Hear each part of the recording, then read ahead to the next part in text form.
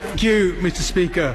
To ask the Secretary of State for the Foreign and Commonwealth Office if he will make a statement on the recent violence in India and the Citizenship Amendment Act.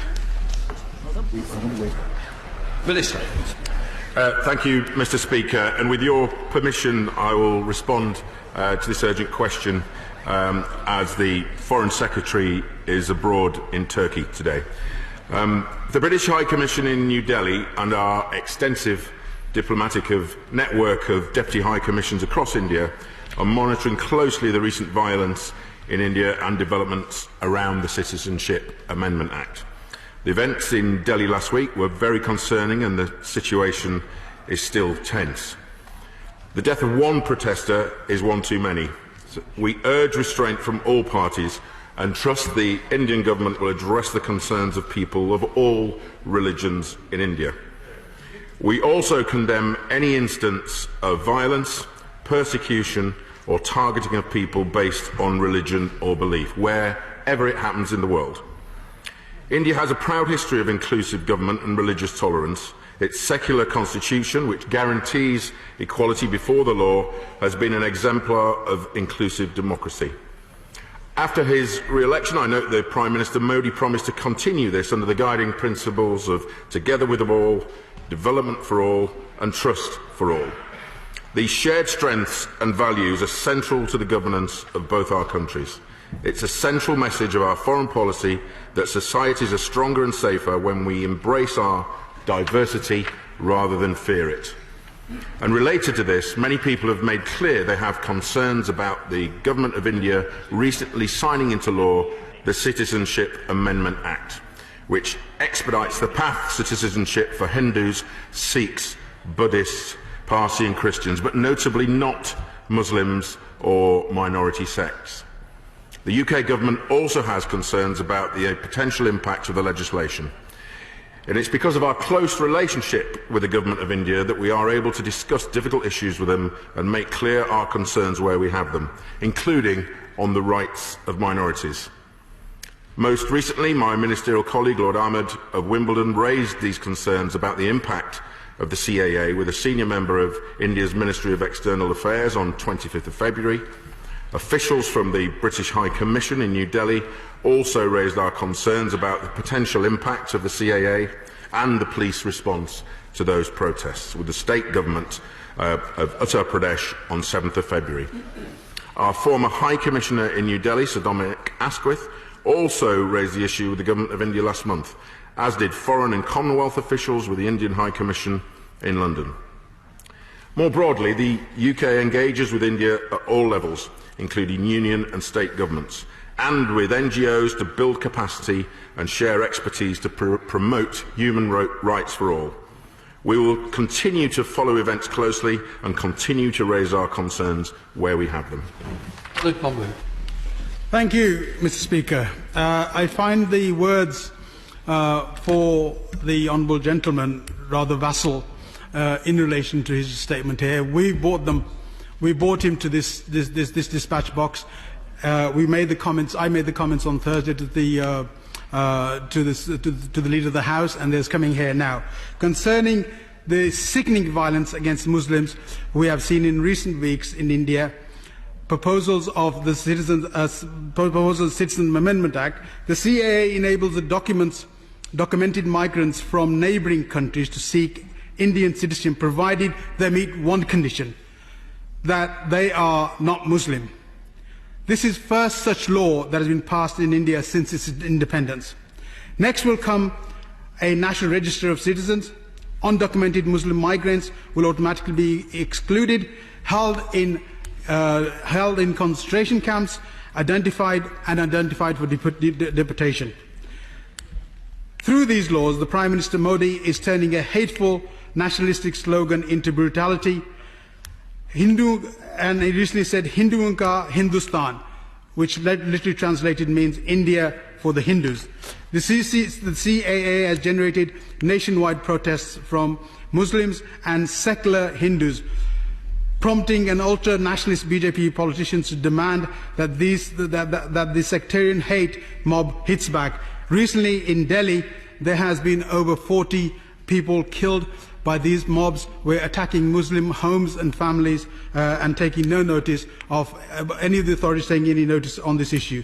As a result, dozens of Muslims have been dragged and burned from their homes in recent weeks, beaten to death in the streets by the mobs. Thousands have lost their livelihoods. And while the Indian police look on passively and the Modi cynically counts the benefits of electoral success. For those who support India, we want to see its rightful place as one of the global leaders in the 21st century with a place in the United Nations Security Council. It is sickening to see such dissent and hatred and mob rule. So my question today is, what is the government doing to take India off this path and provide protection for the Muslim population in India? Has he raised this issue with his Indian counterpart, and has he threatened to raise them at the Commonwealth and UN level? Because if India behaves like this, like a state with no regard for human rights and the rule of law or the freedom of religion, it must urgently be made to face the consequences of its behaviour. Yeah. Can I just say before I bring the Minister in, I'm expecting to run this up to 40 minutes. Minister. Thank you, Mr. Speaker. I can assure the honourable gentleman that we deplore what we've seen over the last few weeks. The violence that has been recorded and broadcast is deplorable. We condemn this, but I would assure him that we do and have raised our concerns with the Indian government, especially when we have concerns over matters like this. And as I mentioned in the statement, we do have concerns about the impact of the CAA. We've raised this with the Ministry of External Affairs by my colleague Lord Ahmad, and we continue that dialogue. Officials from the British High Commission, as recent as mid-February, raised our concerns about the impact of the CAA, and in particular the police response to those protests with the state government of Uttar Pradesh. I can give him our assurance that our dialogue is ongoing with the Indian government. Bob Blackman. Thank you, Mr. Speaker. I commend my honourable friend for his statement thus far, particularly on the aspect of one protester being killed is one too many. He will be clearly aware that it is not just Muslims that have been killed, it has been Hindus killed as well as part of the riots. Will he also confirm that there have been 514 arrests following these riots, and the police have organised 330 separate meetings with different communities to bring them together to calm the situation down? And will he therefore commend that action in restoring peace and tranquillity to Delhi? Minister. Well, I know the honourable gentleman takes a very keen interest in these affairs.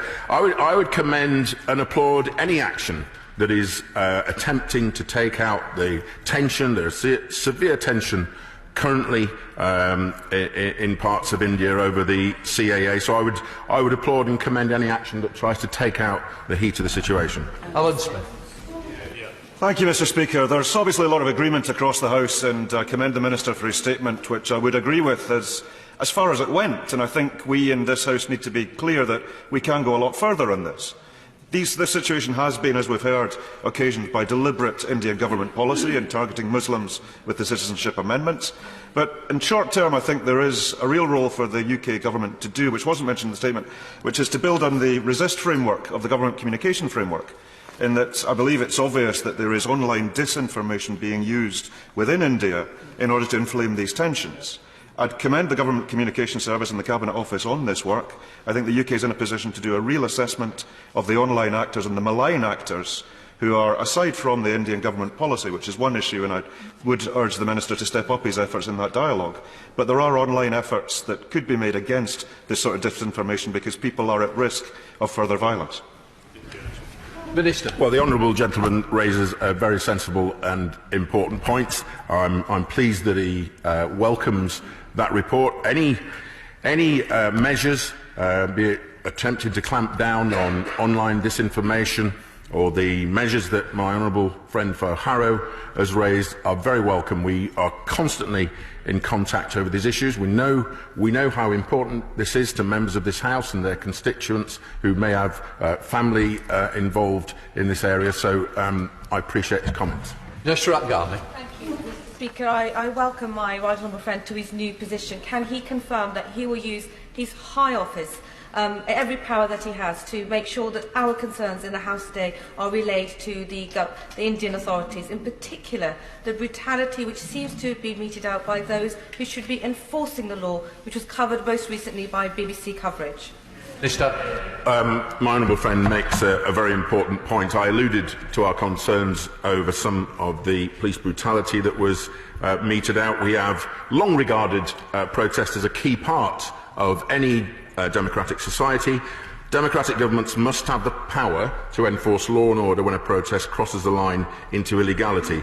Yet we encourage, and indeed in this case we encourage all states to ensure that their domestic laws are enforced in line with all international standards. Yasmin Qureshi. Thank you, Mr. Speaker.